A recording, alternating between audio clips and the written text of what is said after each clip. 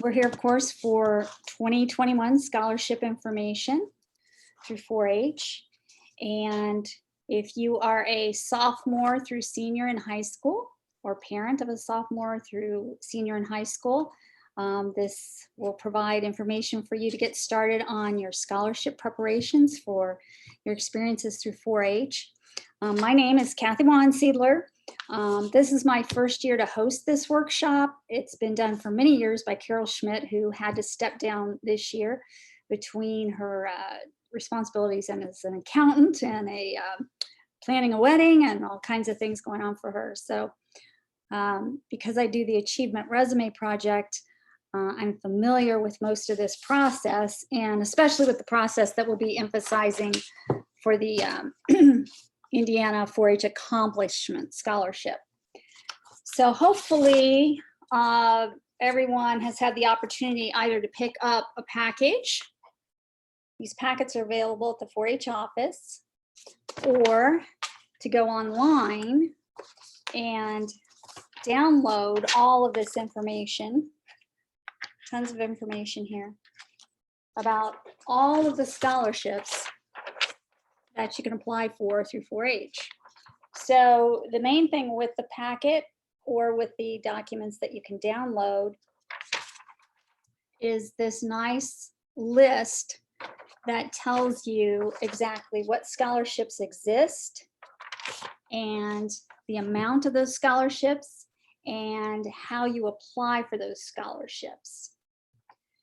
So the most important thing for you to do is to read through this list, and it's both front and back, and determine which scholarships you might be eligible for according to the year you are in school. A lot of the scholarships are senior year only, but there are some that you can start applying for even when you are a sophomore in high school. And you can actually even apply for some when you are in your first year of college. So that'll be the first step that you take when you sit down and run through this package. And we'll just kind of move through our PowerPoint here and talk about the key points for applying for your scholarships. We will have a follow-up workshop that'll be announced in January. It will take place before the due date of the scholarships, which is January 25th. So hopefully, we'll hope that that could be a live workshop, or if not, we'll probably arrange something where people can share with me what they've prepared for their scholarship documents, or and then also have a little workshop about it. But you'll have an opportunity to follow up from today with any, before you make your final submission, if you like. Okay. This isn't, one moment, having a little technical problem. Okay. So I can't use this. You should be able to. Okay.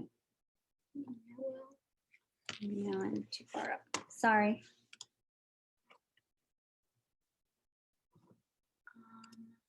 I don't know what happened. Okay, Okay. let's get it back. Let's get it back to the slide that you want. Yeah.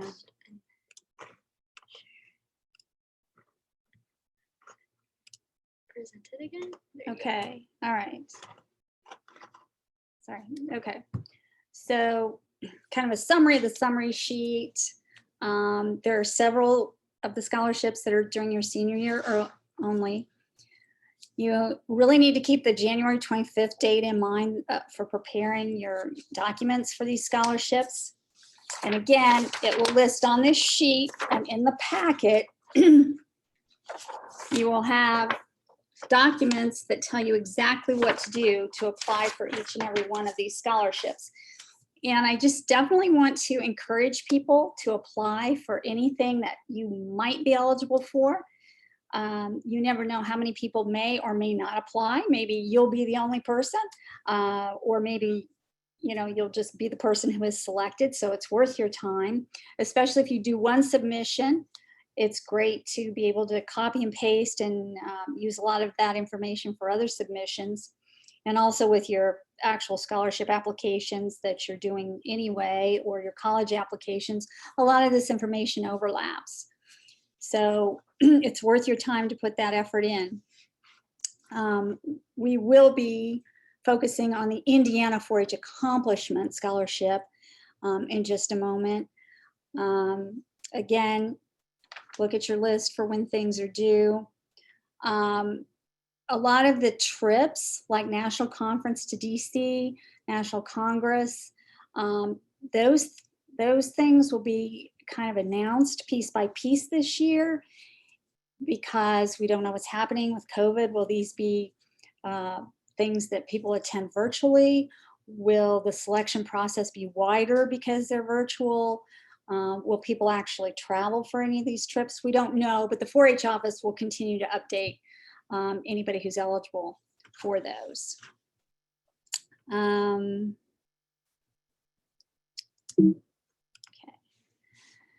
So you have the Outstanding 4-H Achievement Award, the Outstanding Ag Achievement Award. These are described in the documents you can download or in that scholarship packet. Gives you great detail on what you do. And excuse me, even will give you some forms to prepare for those particular scholarships. We already talked about, we'll hear about the trip opportunities in the future. All right, so the main things to keep in mind when you're applying for your 4-H scholarships is that the purpose is 4-H and its passion for life skills for people who participate, for youth who participate. So they're looking at what life skills have you developed? What have you gotten out of 4-H, as well as what have you given back to 4-H? So it's considered an investment. Your character's being developed. It's not just a self-serving thing. You have a lot of skills that you've acquired by doing any project at all, whether that's planning, responsibility, leadership. No matter what project you've done, you have developed some kind of life skills. And that's what the focus is for earning scholarships. Last year, it says they awarded over $136,000 in scholarships through Indiana 4-H, and then Hamilton County separately awarded quite a number of scholarships as well. What we'll start our focus on this evening here is the Indiana 4-H Youth Development Accomplishment Resume Scholarship. Okay, this is the main, kind of the main scholarship thing. Indiana 4-H awards a minimum of 30 of these $1,000 scholarships, and they're awarded by category. If someone has already won one of those scholarships, they can apply for a premier $2,000 scholarship. So if anybody's in that circumstance, we can talk about that, or you can email me later. But we're going to focus right now on that first submission for a $1,000 scholarship. If you are a sophomore through senior, you can apply for this. Now, some people will say $1,000. Well, you know, when I think about scholarship, I think about, you know, $10,000 or, well, there are scholarships like that out in the world or out with different universities, but $1,000 is a significant amount of money. If you think about how long it takes you to work at, say, $10 an hour to earn $1,000, you're probably getting 2.5, 3 weeks of pay that you don't have to spend yourself towards your college education or your technical education, whatever you're choosing, so that you can apply that money elsewhere. So it's a great opportunity. So we've talked about your eligibility, grades 10, 11, 12, and college freshmen. If you've already won the 1,000, then you can apply for the 2,000. The process is going to be to prepare your applications, and you'll submit it electronically through your 4-H online family account by January 25th. After that time, people are notified by letter if they're going to be given an interview. That's the next stage. Usually those interviews are live at Purdue University, but they'll be online this year on March 20th. So a couple key kind of numbers to think about. They usually get around 600 applications. And that sounds like a lot. That is a lot.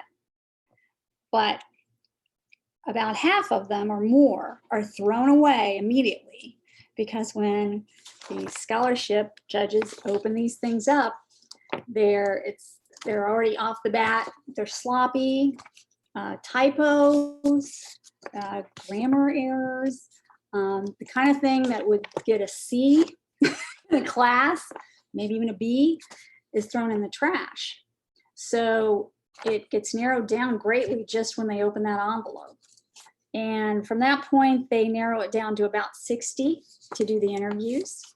Hamilton County has always been very well represented at the interview stage. We've had several people go up every year. So as long as you pay attention to all these wonderful materials that our 4-H office and Carol have prepared in the past, you should be able to be successful with getting to the interview stage. So we got this cute little slide, you know, the example. I read your college application essay. First of all, the word college has 2 L's. This is the kind of thing that will have your application, you know, immediately dumped. So there are 8 categories that you would apply under. Animal science, meat and milk production. You can read these: animal science, companion and small animals. So for example, if you do livestock, would be the first animal science. Animal science in the second category would be dog, cat.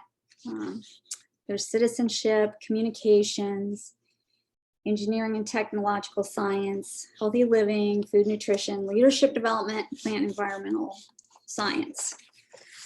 So. Hi, Kathy. I just wanted to ask. Sure. Is it possible for us to apply to more than one category, or do you have to apply specifically under one category? Okay, yeah, here we are right now. Great question. You can submit up to 3 categories, but you can only put 1 submission in per category. So if you've done several things, like you've had, you know, just a lot of 4-H experience in a category, but it's been several projects, we'll get into some detail about this, but you're going to put this all still into that category. So say, for example, maybe it's communications. Well, you may have several projects where you can identify the life skills you've acquired and or the volunteer work you've done that have involved communication aspects of that project or those projects. So there are lists here that show you what each project falls under. Does that answer that to start with? Yep, that does get into it. You just mentioned that list just at the very end. I wanted to ask, is that list on the Hamilton County article where we found our packet, or? Yeah, it should be. I believe it is, but I will verify that.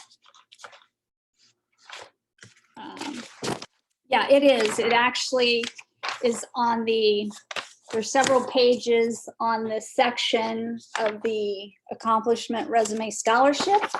And in those pages, it will show you what qualifies under each category.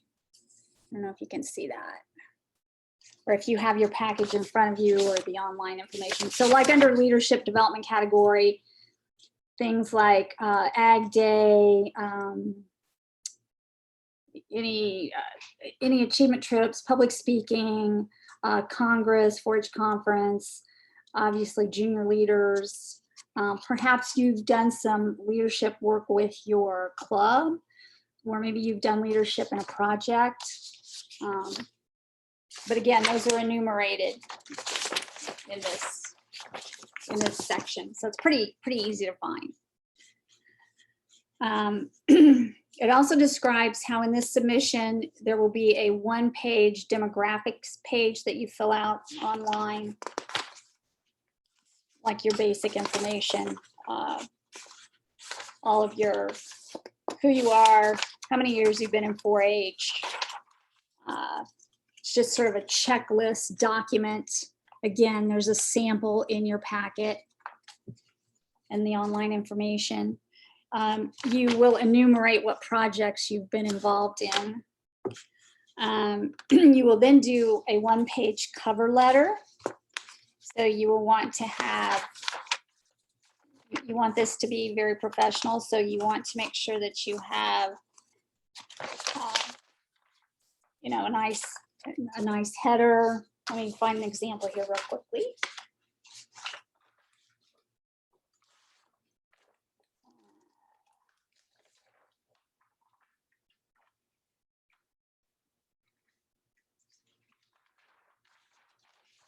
So that like you have your name and address at the top, just like you would for any professional writing.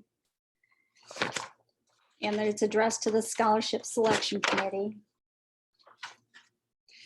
Then your 2-page resume will be on there. We'll get into details about that. The 2-page resume will have, you'll have headers where you target your skills, and then you have 5 life skills that you'll want to target, and then you want to describe your experiences in those life skills. We'll talk about that more in a minute. At the end of it, you put a little section about your future goals, like what you plan to do in the future, and any 4-H honors that are specific to your category. So in the resume, the point of your resume isn't I won champion in foods. That's not the point of the resume, but you do list that in your honors. That's okay to list in honors. You would, in foods, you're going to focus on something more like, it helped you improve mathematical skills by having to measure correctly to create, 24 perfectly same sized buns, or, I'm just making up an example. The other thing that you have to focus on is you have to make sure that it's only about 4-H. You don't talk about any non-4-H activities. This is not a submission that has to do with, FFA or your roles in your school. Or any other accomplishments that you have. This is just about 4-H. And then the entire document is submitted as one PDF. And if you have problems with that, the office can help walk you through that to make sure that your documents are together correctly. So here you can see, I'll run through a couple of these examples, like animal science. You can see what the different categories are that could be included. Like maybe you've done the vet science project and rabbit, or maybe you've done public speaking about animal science. So any way that you can connect any of your projects under that category, that's the approach that you'll take in your resume and your cover letter.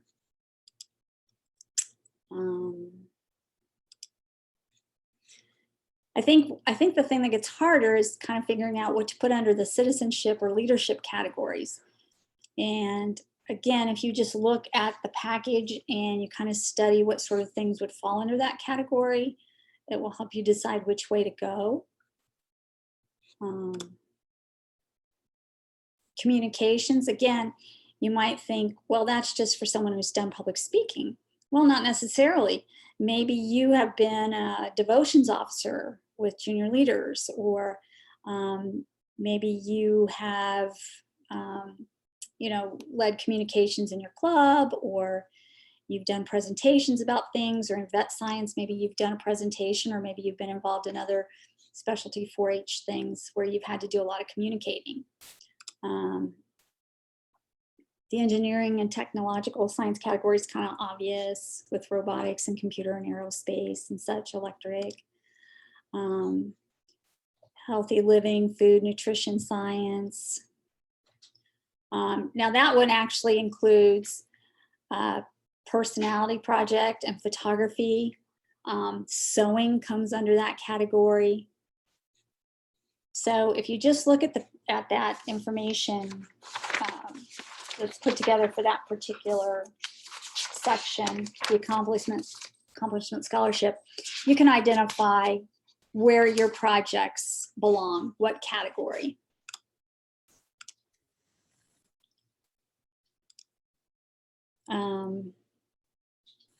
Before we move on, Kathy, can I ask, does Hamilton County have any recommendations for our county-specific projects as to where they would fall within the 8 categories? Well, what do you mean? Like, why? I mean, it's pretty One much of our county projects, like Travelog, for example. okay. Oh, okay. I see what you're saying. Yeah. Okay. Like Travelog. I think that comes under the healthy living, food, nutrition. Or again, I mean, you can kind of also tailor your thoughts about that. I can double check what that has come under before, because I know that's, a big project for you.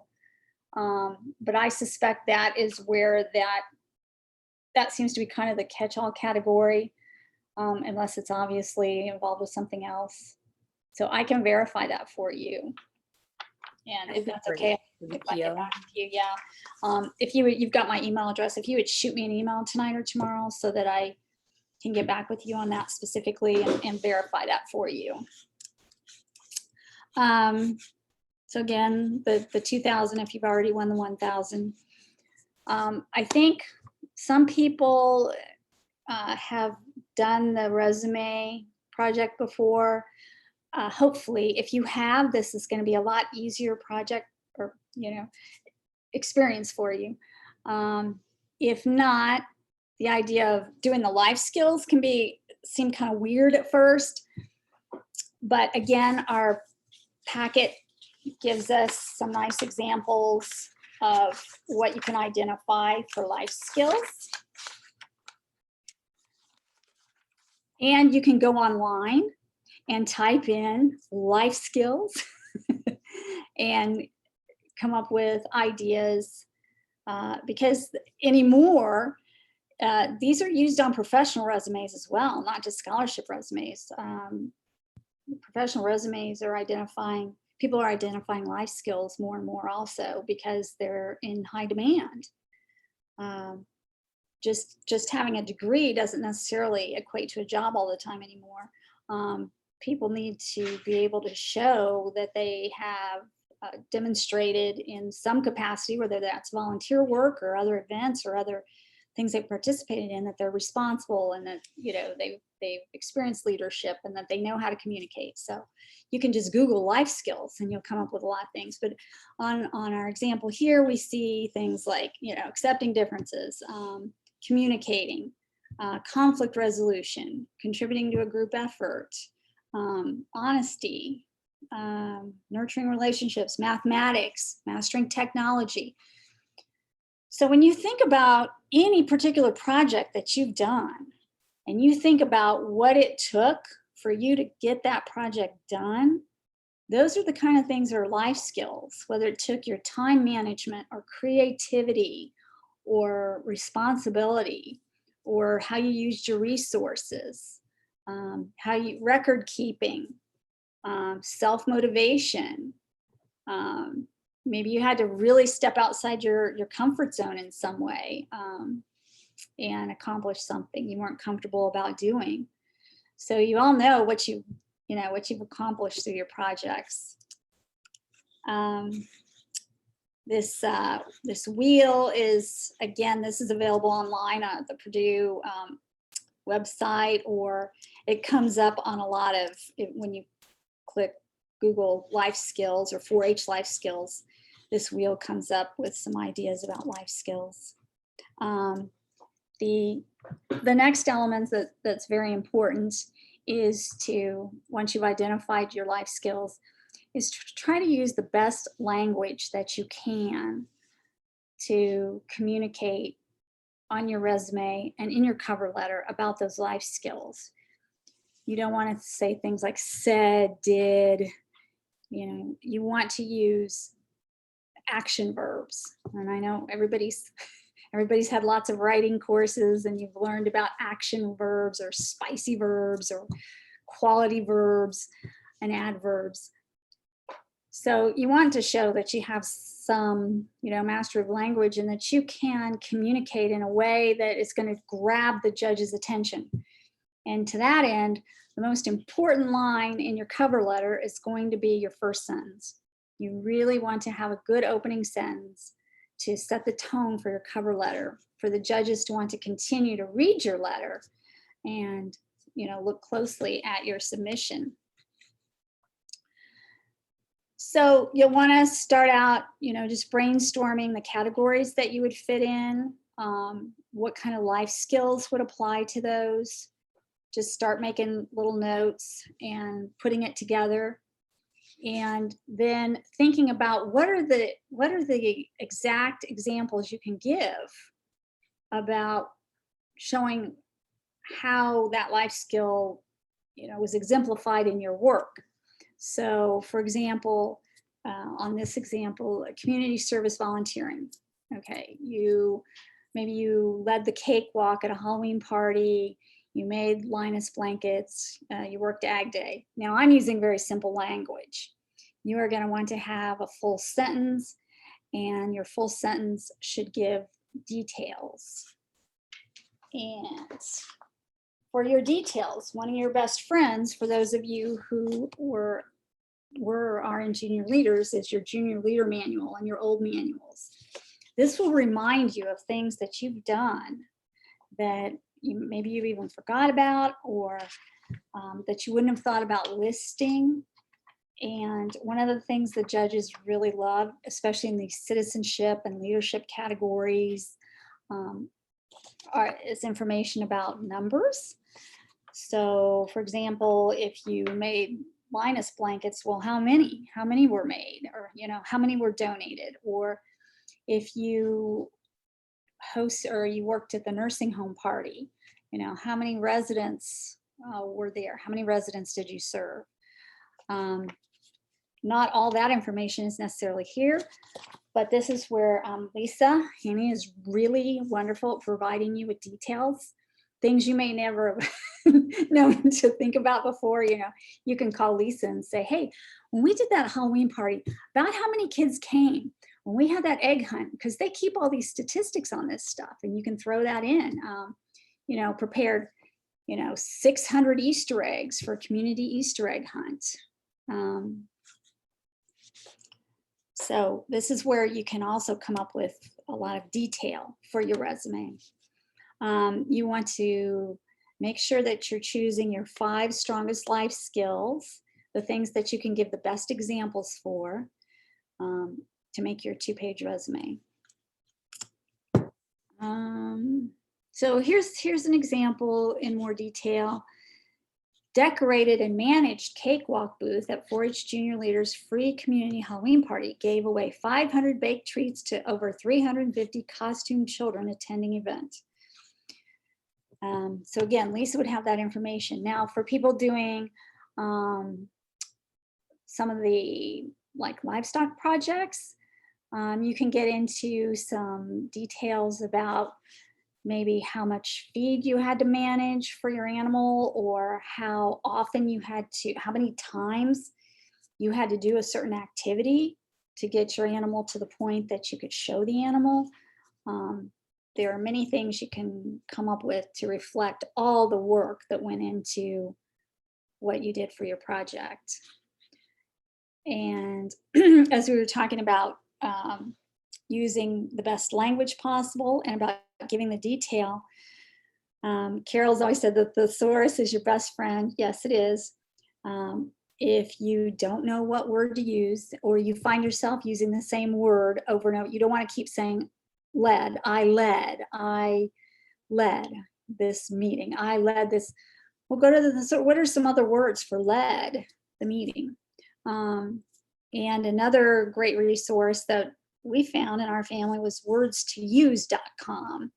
And that's really neat because that will tie words and phrases together so that you find words and phrases that go with a certain topic, that goes with livestock, goes with floriculture, words that go with dogs, or anything. So that's a great resource. So we looked for a moment at writing your cover letter. You want to use a proper letter format. You want to open it with a strong and bold statement that sets the tone and invites, wants the person to keep reading. Just like when you open a book, you aren't interested if the first line isn't very interesting. You want your first line to be really interesting. Write your paragraphs where such that you can kind of flesh out a story about a couple of your life skills or a couple of your experiences with your life skills. Make it interesting, really bring it to life. Obviously, closing paragraph ties what you've said in the rest of the letter, a nice little bow. And you have a thank you comment. You thank them for reading your resume, considering your resume. And you do need to sign the letter in a different font than the body of the letter. And that's important. We learned that the first year, forgot to put that signature in. I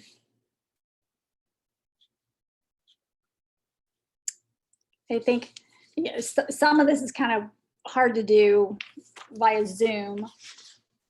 But again, if you go to your package and you go on the website, it will walk you through how you do the demographics page document. It's an online document and you just fill it out like you would any other kind of, online document.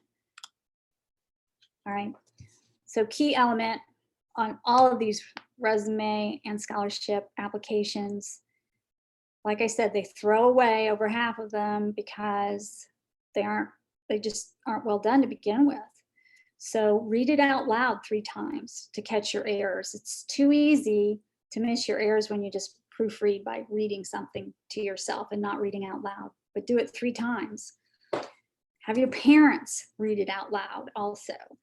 Have somebody else you trust read it out loud, whether that's an English teacher or a friend or relative or neighbor who is a good writer, good at reading over things, because it's worth $1,000 to you to make sure that it's right. You want to make sure that you have followed all of the instructions that are given. For example, your font can't be smaller than 10 point. So just like you do with your 4-H projects, where all the details count, this is another thing where all the details count. Obviously, no plagiarism, has to be original work. So I don't think any 4-Hers would do that anyway. Again, it gets submitted electronically through the 4-H office, through your 4-H online family account.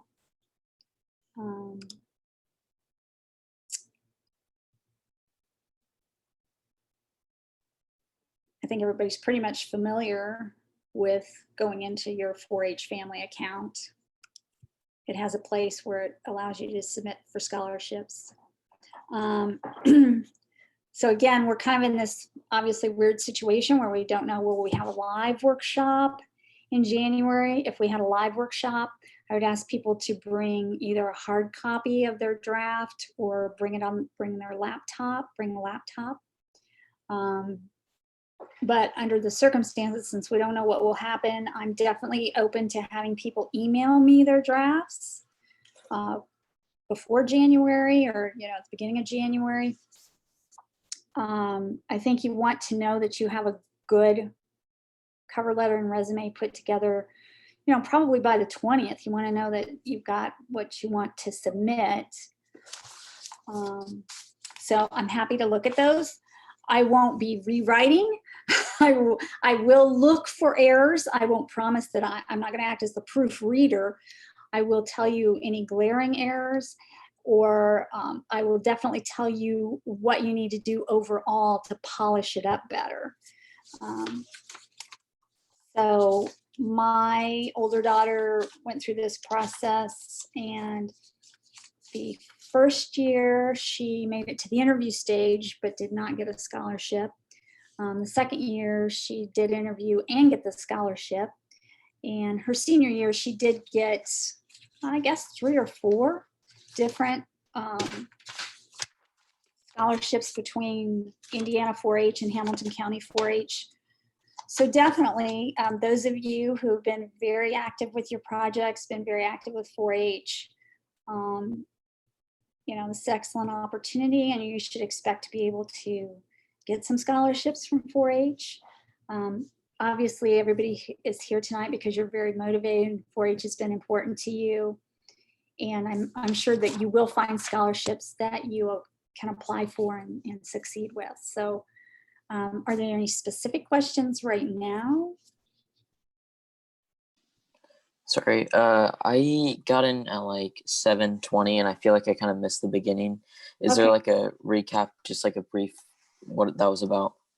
Yeah, the recap is that if you, did you pick up a packet from the office, or have you gotten documents downloaded from online?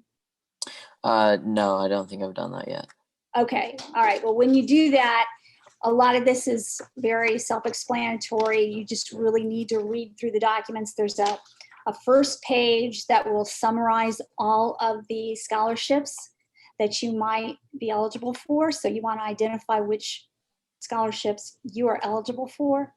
Okay. And then there are attachments that give you details about how to apply for each of those scholarships.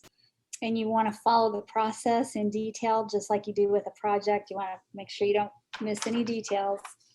And you can certainly contact me, or you can contact Kathleen if you have any questions about any particular scholarship. And you want to make sure that it's A work. If you're in school, Yeah. would it get an A? To make sure that you're going to be able to be competitive for the scholarship. We've seen a lot of success in Hamilton County with scholarships, so expect that to continue. Okay, thank you. That makes a lot more sense. Okay, sure. I do have a few questions. Sure. So just to clarify, this is one project per category. Yes, or can we incorporate multiple different projects into a category? You can incorporate multiple projects into a category. So if you have a category like communication, or I guess we were talking about the healthy living, probably with the travelogue. If you've also done, I think you've also done photography, which falls under that category as well. So it's about the category, not about the project. So you're emphasizing the skills that you developed under that category versus just that project. And you can take any of the projects that fall under that. But for example, you could not take, if you do electric, you wouldn't be pulling your electric into that. You would do a separate one. You would apply separately for electric under the, what is the exact title of that one? Is it engineering and technology? Engineering and technological science, yeah. So those two aren't very interchangeable. Yeah. You do find things like citizenship and communications and leadership. I think that's where things get kind of complicated about, well, which one do I pick?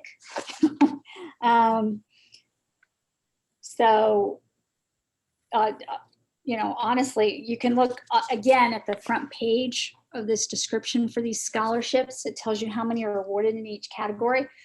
So if I was concerned, oh, well, which category should I pick of those three? Well, I would probably go with the leadership and or citizenship, because in communications, they're only going to award 2 scholarships. Now, if you are, if you've been really involved in a lot of communication things, if that's the heavier part of it, I'd go for it, you know, definitely. The communications. And don't be scared away by what looks like a limited number, because again, so many of the applications get thrown away. And if you have done a good job putting this information together, you've got a great chance of getting an interview. And just like everybody who's had that experience with interviewing with judges, you know, at judging on the county level, you just take that experience into that setting and you meet with that panel, which will be online this year, which I think will be more comfortable for a lot of people because it's a little more relaxed. It was online last year and it was a lot more relaxed. It was kind of nice. Okay. And then did you do one the year before where you had to go up and interview? Okay. But Nope. you did find it more relaxed. Yeah. Okay, great. Yeah. Did you have to give a speech first? Yeah, it was just like a 3 to 5 minute speech, I think. Right. And then they asked a couple questions. Yeah. Awesome. I also had one other question. Could we get your email address just one more time? I don't think I quite caught it at the beginning. Okay. It's, you have a pen, CATHIWAHN@AOL.com. And it's also on the 4-H website and the Facebook page, and you know, if you lose it. Thank you.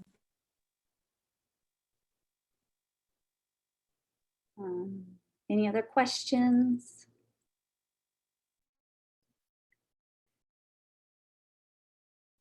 Anybody concerned about a project they have? Lindsay, if you're trying to talk, your microphone's on mute.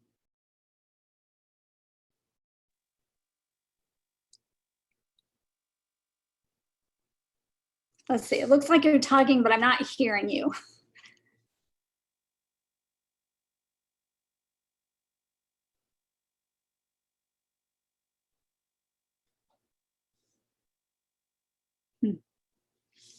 It looks like your microphone looks like it should be on, but there's no sound coming through.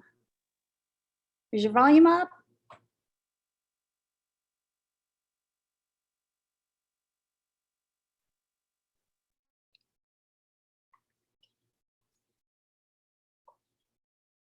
Can anybody else hear her? I haven't been able to hear her. I don't hear her.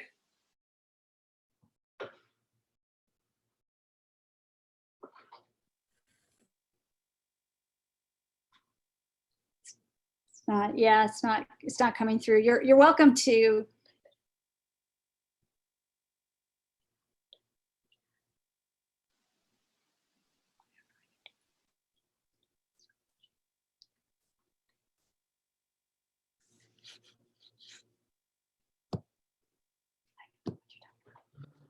And I'll get some tech help here and see if we can solve this.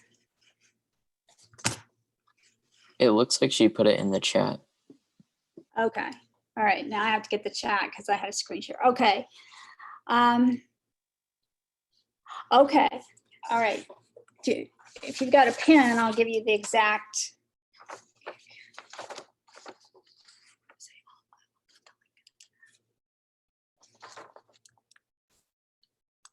All right. Oh, here it is. Okay, I'll type, yeah, there's the link. Did you get it? I put the link in the chat. I see it in the chat. Okay. Okay. Good. Okay. Any other questions right now?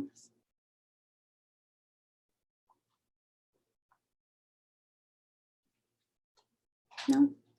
Okay, well, if there's no specific question right now, I think I'll again just kind of awkwardly put up on the screen an example for you. This is what you'll find, this demographic page online to submit with your resume and your cover letter. Here's a sample cover letter. And it's got a name and return address. It's addressed to the scholarship judge. It's got the date. Your date's going to be January 25th, 2021. And you also want to highlight in your first paragraph which category you're submitting under. Now, you don't have to have a letter this long. This is, I actually think maybe this was one of the later ones. So it doesn't have to be that long. It's quality versus quantity. And then you can look at, people like different styles of resumes. You don't want to do anything too, trendy. You don't want to go with colors and fancy fonts. You want to keep it pretty professional and straightforward, but you can set it up however you want to in terms of centering things or having how you want to do that. You want to bullet point your examples on your life skills. And again, you may not have this much information.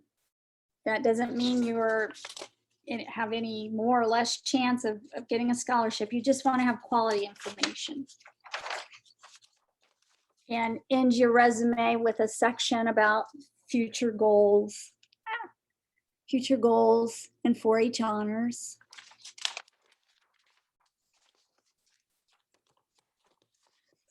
So that you have an idea of what that looks like. You can look at resume examples online for a format you like, but again, keep it simple and don't do any weird fonts or colors.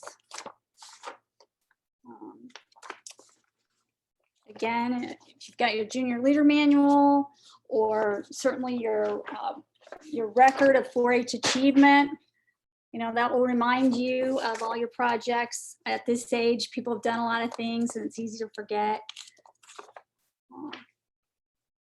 And Lisa can give you details.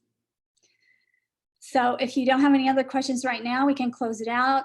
Again, everybody's welcome to email me, or you can email me, and if we need to talk by phone or whatever. It's really exciting to talk to young people about this opportunity. And I know several of you are going to end up with scholarships of some sort. So I have a question. uh-huh. So I'm applying for the senior year scholarship, and I looked at the application stuff online, and it's like mostly filled out, but I didn't see anything about a cover letter or resume. Sorry, I got here a little late. Okay. But do I need a resume and a cover letter for that? Like, do I attach it to that, or? No, we were focusing on the requirements for the accomplishment resume scholarship that goes up to 4-H at Purdue, because that's the one that involves the cover letter and the resume. For every one of these scholarships that are listed, so long as you just do what this cover sheet tells you to do, you've met the requirements for it. So, for example, your senior year scholarship, like you said, you just went online, it's got the information you fill out. That's all you have to do. With right under that Indiana 4-H Accomplishment Scholarship, it tells you the forms you need. You need a cover letter, resume, demographics page. So as you go through and identify which scholarships might apply to you, and some of them are kind of project specific, then when you look at the the forms that are needed, the majority of them just are an application. A lot of them are an application. Now, there are applications that are going to have probably at least one essay question. So you want to apply those same rules about read it out loud to yourself several times, have somebody else read it, do your best job, treat it the way you would treat, your favorite project, that project that you just really want to do your best with, because this one's going to earn you some real money. And let's see. So there are a lot of these scholarships, are kind of specific. So like the Francis Beck minimum of 5 years in beef or beef barbecue. Well, that's a limited number of people, right? That can apply for that. And then some of them everyone can apply for. So anything you can apply for, definitely go ahead and apply for it. And if you're not sure, talk to Kathleen and ask her, hey, would I be eligible for this scholarship? Is there some way I can be eligible for this scholarship?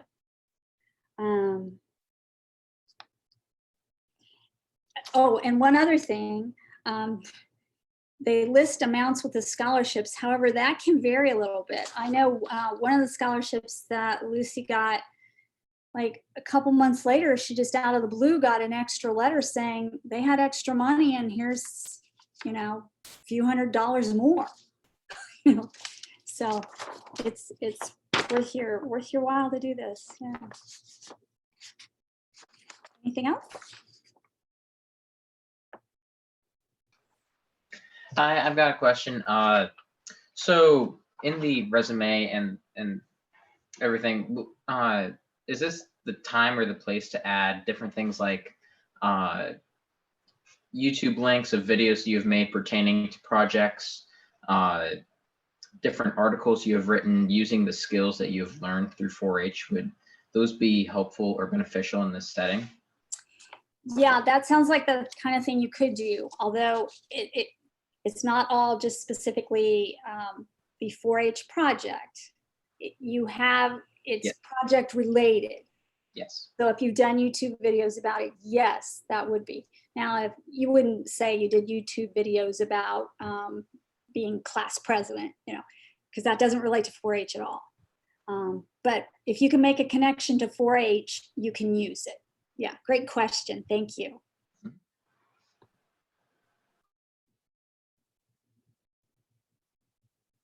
Anything else?